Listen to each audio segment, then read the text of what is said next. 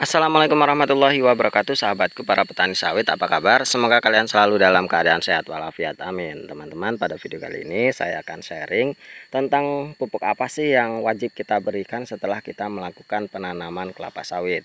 Hal ini merupakan hal yang sangat penting teman-teman, karena ketika kita salah mengaplikasikan jenis pupuk, tentunya nanti pertumbuhannya akan tidak sesuai dengan apa yang kita harapkan, dan pupuk yang kita tebarkan itu menjadi sia-sia.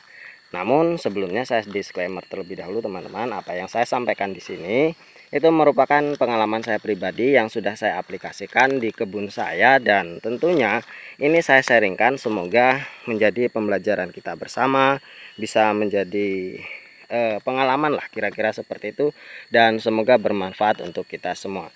Jadi ya, ini sudah saya lakukan di kebun saya. Selanjutnya teman-teman, bahwa ketika kita melakukan penanaman, tentunya ada baiknya, alangkah baiknya kalau kita melakukan pemupukan dasar di lubang tanam sebelum kita melakukan penanaman. Sebulan sebelum kita melakukan penanaman, sebaiknya di dalam lubang tanam itu kita berikan pupuk dolomit dan pupuk RP. Gunanya adalah untuk menyeimbangkan pH tanah, dan tentunya untuk mengemburkan tanah, dan RP fungsinya itu untuk mempercepat pertumbuhan akar.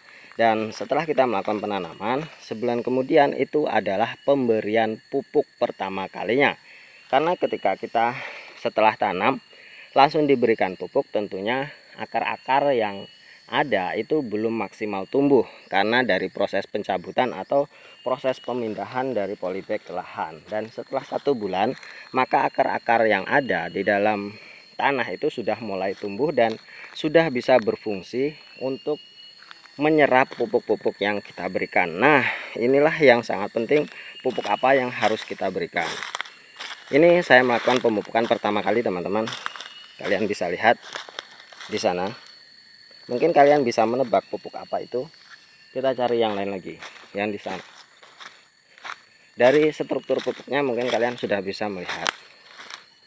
Ini dia.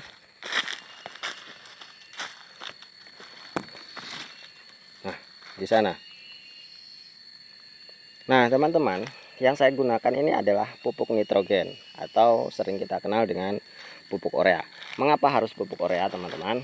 Karena untuk pertama kali kita gunakan itu harus pupuk urea. Kenapa? Karena untuk mempercepat pertumbuhan daun. Nah, ketika daun itu sudah bagus dan pertumbuhannya dikatakan normal, maka proses fotosintesis itu bisa menjadi lebih baik, dan penyerapan nutrisi ke seluruh batang itu bisa menjadi maksimal. Jadi pemberian pupuk, maaf teman-teman, jadi pemberian pupuk untuk pertama kalinya itu harus pupuk urea. Kenapa tidak menggunakan pupuk NPK, teman-teman? Karena di dalam unsur NPK itu dosisnya itu terlalu kecil untuk nitrogennya. Jadi setelah kita melakukan pemupukan dengan pupuk dasar, dengan RP dan dolomit tadi, lalu kita usahakan untuk mempercepat pertumbuhan daun. Dan sampai kapan kita melakukan pemupukan dengan pupuk urea ini, teman-teman? Lakukanlah setelah 3 bulan atau 3 kali pemupukan. Jadi untuk bulan pertama urea, bulan kedua masih tetap urea, dan bulan ketiga itu masih tetap urea dengan dosis 1 ons per batang. Itu yang saya lakukan. Kemudian untuk bulan keempat baru kita melakukan dengan menggunakan pupuk TSP.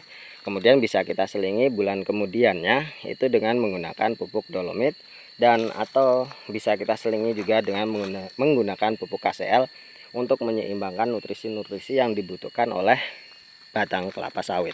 Nah, teman-teman, mengapa hal demikian saya lakukan? Karena sesuai dengan pengalaman yang sudah saya lakukan, hal tersebut berhasil mendongkrak dari pertumbuhan sawit saya. Dan mungkin teman-teman bisa mencobanya di rumah. Selain pupuk urea itu harganya yang paling murah, dan tentunya mendapatkannya juga paling mudah. Jadi sebenarnya memupuk itu tidak harus banyak, yang penting kita rutin melakukannya setiap bulan. Dan digarisbawahi bahwa pupuk apapun itu cukup bagus untuk pertumbuhan dari kelapa sawit.